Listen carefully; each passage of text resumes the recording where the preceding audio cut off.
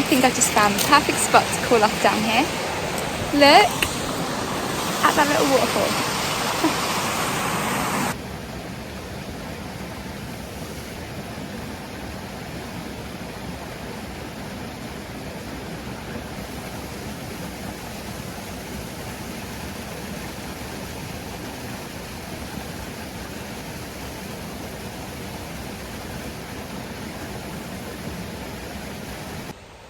This is no gentle walk by any means.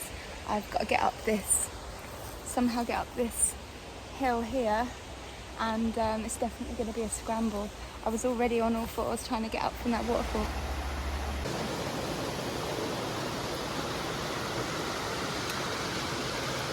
I've had to stop and put my shoes on because the path is starting to get a little bit rocky and quite thin and scary up the side of this gorge. I'm not feeling very safe. So I'm going to put my walking shoes back on and then get back on the trail.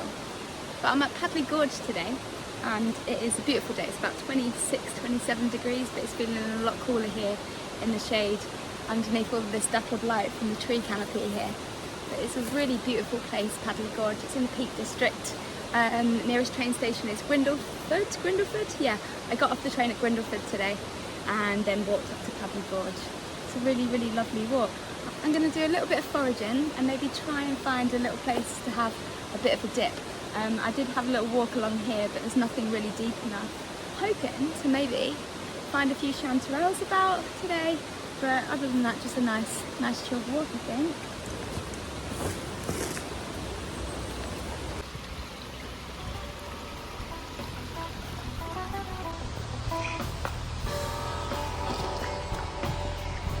Thank gosh for tree roots.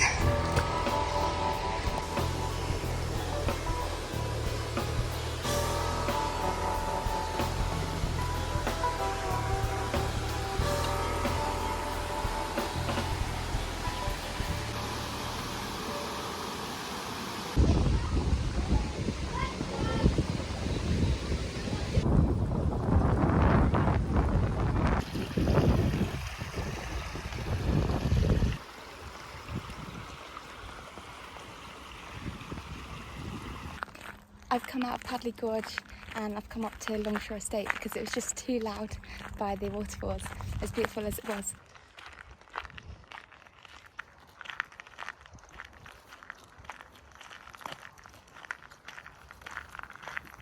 It's absolutely beautiful. Look at all these sheep.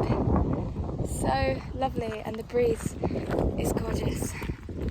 It's about 5 o'clock now, so the heat is a lot less intense than it was earlier. It's lovely around here. In the middle of autumn time, it's got lots and lots of fly garricks around here, and the place is strewn with rustlers as well. So I'm going to have a little wander around and see if I can find anything. It has been a little bit dry this past few days, but we have had quite a bit of rain this last month, so it has been a really, really great year for mushrooms. Found loads lately. So let's see what we can find today. I've just packed my stuff up underneath this gorgeous big oak tree, and I'm going to have a little look around here for some mushrooms. Also straight away, look what I found down here, a little rustler, and you can usually tell rustlers straight away because of their pretty colours and the kind of sheen that they have to the cap. Let me put it out and just double check. Oh, I know straight away it's a rustler because it's snapped off. So there's a few different ways of telling if you've got a rustler. First one is if the stem is really, really brittle and it kind of snaps a little bit like chalk, and you can see here it just snaps straight off. Another way to tell is rustlers are also called brittle gills. So when you scratch the gills like this, they'll all kind of flake off like desiccated coconut or flaked almonds or something. And then the third way, I don't know if I can do this with one hand, but is that the skin peels off from the cap like that. It's got like a very peely cap surface. So now that we've identified that it's a rustler, we can do the taste test. And the taste test is simply to tell if we've got an edible mushroom or not.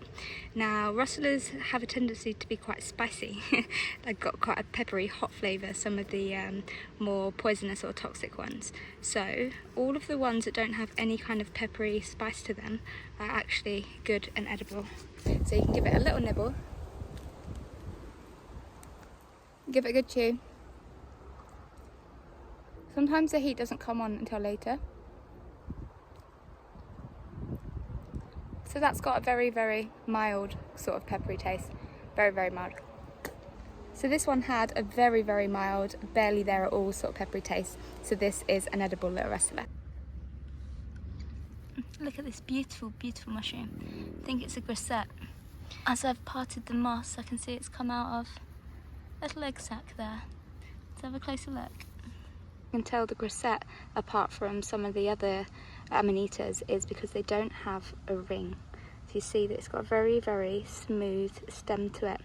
The gills are white and very close together, and it's got a white spore print as well. You can see the bottom of the cap edge there is starting to turn white. The cap is striated, which means it's got these little tiny lines down it, these vertical stripes, and most importantly it comes out of this little kind of sac-like structure at the bottom. So this is known as a vulva, and it's just this kind of like little casing at the bottom of the stipe.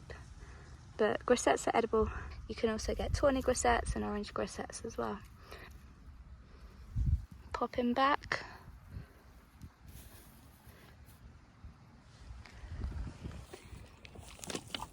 There's all sheep sorrel down here. Lots of different sorrels that grow in this country. This is sheep sorrel. See that little kind of split leaf at the bottom there? Looks a bit like a fishtail. It's got really nice citrusy, zingy flavour. Chris is here now. What you found? And then look, I've got a sheep sorrel. Oh, that's nice. Show me. Breaking the law, breaking the law. Stop spinning it. I'm breaking the law. I know. Illegal to uproot plants. I don't think it uprooted Look it. at the mycelium on the stem. Did you know something like 95 or 98% of plants are mycorrhizal in some sort of way? Yeah. This little one down here is the wood sorrel, the one that looks like clover. Same sort of flavour. Bit more, I don't know, bit more appley this one. It's really nice though. This is probably my favourite of the sorrels. Moon poo. Moon poo. Oh, it's weird, isn't it? It looks like loads of eggs. That's disgusting. It's like a cake. Yeah, it's like, well, that's the most disgusting cake ever. Don't put it on my finger. What's it smell like? Doesn't smell bad actually. How does it get a protective layer? I know. Feel it, it's like so smooth. It's quite solid as well, really. Yeah. Looks like loads of little eggs. It's really metallic though, isn't it? Yeah. And got a tiny little nibbled birch bolete down here. And then over here, a very nibbled Amanita muscaria, fly garret. Here we are. See if we can find any nice ones. Oh look, you found a little bubby. Yeah, it's already been ripped out, I've kicked over. So that's a little one still in its kind of egg stage.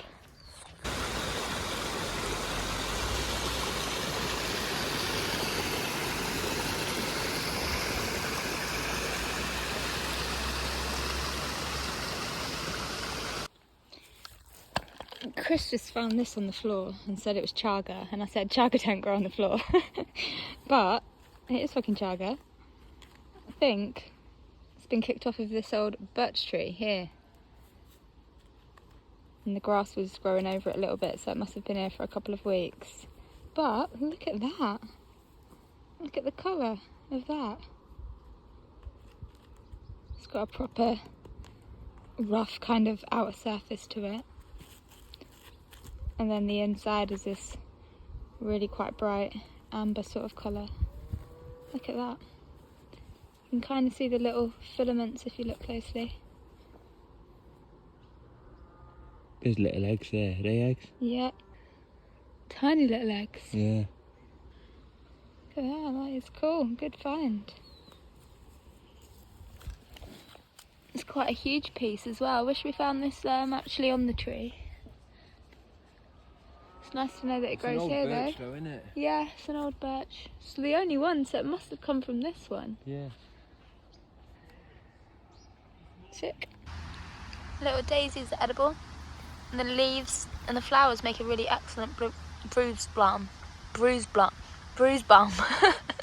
I've got sweet in my mouth. That was really, really hard to say. But it can be made into a bruise balm, the leaves and the flowers. And if you mix it with comfrey as well, it's even better.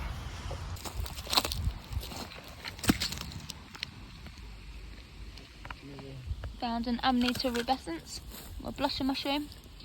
And you can tell because it's got this little reddening on the stipe here. And Chris also just found a stem for what looks like a sep. So we think there's porcini growing in this little area somewhere. Down here is the egg of the phallus impudicus, or the stinkhorn. And I love these little things. It's not erupted yet, but then over here we found a much older one that's had all of its little gleba licked off by the flies and insects. But yeah, it's a little stinkhorn, and then another little egg there. This one's dried out. You can see it's all wrinkly. It's gross.